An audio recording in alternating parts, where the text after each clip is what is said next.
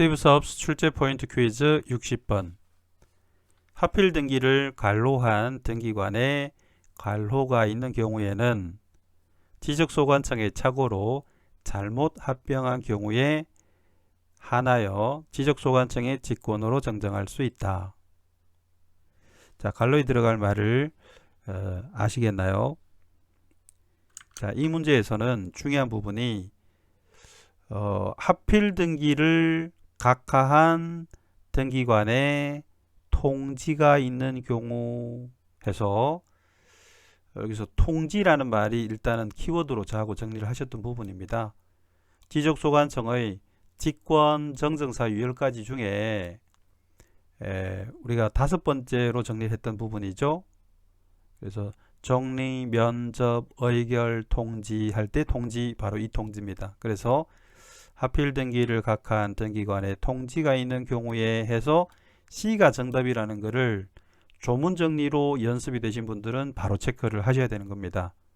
다만 이 문제를 왜 제가 이 출제 포인트 퀴즈 가장 중요한 문제로 제가 뽑았느냐 하면 이 부분입니다. 지적소관청의 착오로 잘못 합병한 경우에 하나여 라고 제가 물결문이 줄건 이 부분이 자 2017년 개정이 1월 달에 이 개정이 되면서 추가된 겁니다. 자, 그러니까 이 개정 전에는 이 물결문이 밑줄 그은 부분이 없었던 거죠. 그리고 이 개정을 할 때 2017년도 1월 달에 개정한 이 내용은 지난번에 보셨던 축척 변경의 청산금의 납부 관련해서 납부고지 받은 날로부터 3개월 이내에서 3개월을 6개월로 개정한 그때 또 하나 개정된 지적 내용이 바로 이 부분이에요. 그래서 2017년 1월달 개정된 게 딱 2개인데 그 2가지 다 출제가 다 된 게 아니라 납밭 3으로 외웠던 그 부분이 납밭 6으로 바뀐 부분은 이미 출제를 했지만 이 부분을 아직 출제를 안 했던 겁니다. 우리 법령 테스트인 중개사 시험에서 개정이 있었다는 것은 항상 출제 영순위로 준비를 하셔야 되는 부분입니다. 법과목은 다 그렇습니다.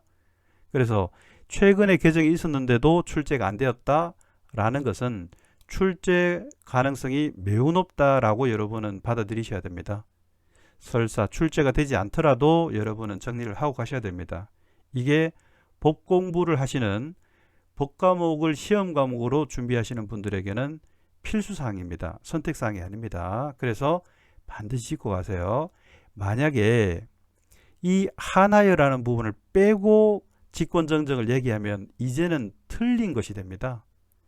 하필 등기를 각하한 등기관의 통지가 있으면 언제나 사유불문하고 직권정정을 했던 종전 내용에서 지적소관청의 착오로 잘못 합병한 경우에 한한다라는 이 단서를 신설을 했기 때문에 개정으로 신설했죠. 이런 제한을 얘기하지 않으면 이제는 틀리게 되는 것이죠. 제한되는 표현을 집어넣었는데 그 제한 표현을 집어넣지 않고 종전처럼 얘기하면 개정의 취지를 이해하지 못한다고 평가할 수 있죠.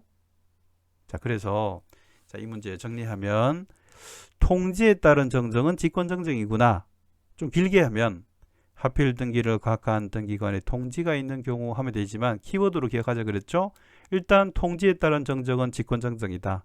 하지만 이 물결 무늬에 제한하는 사유를 제한하는 표현이 들어왔다는 것 반드시 기억하셔야 됩니다. 통지가 있으면 언제나 정정이 아니라 지적소관청의 착오로 인해서 잘못 합병한 경우에 한하여 직권정정을 하도록 한정시켰다는 부분을 반드시 기억하셔야 이 조문의 출제의 취지가 바로 그렇게 될 것이기 때문에 적절한 대응이 될 것입니다.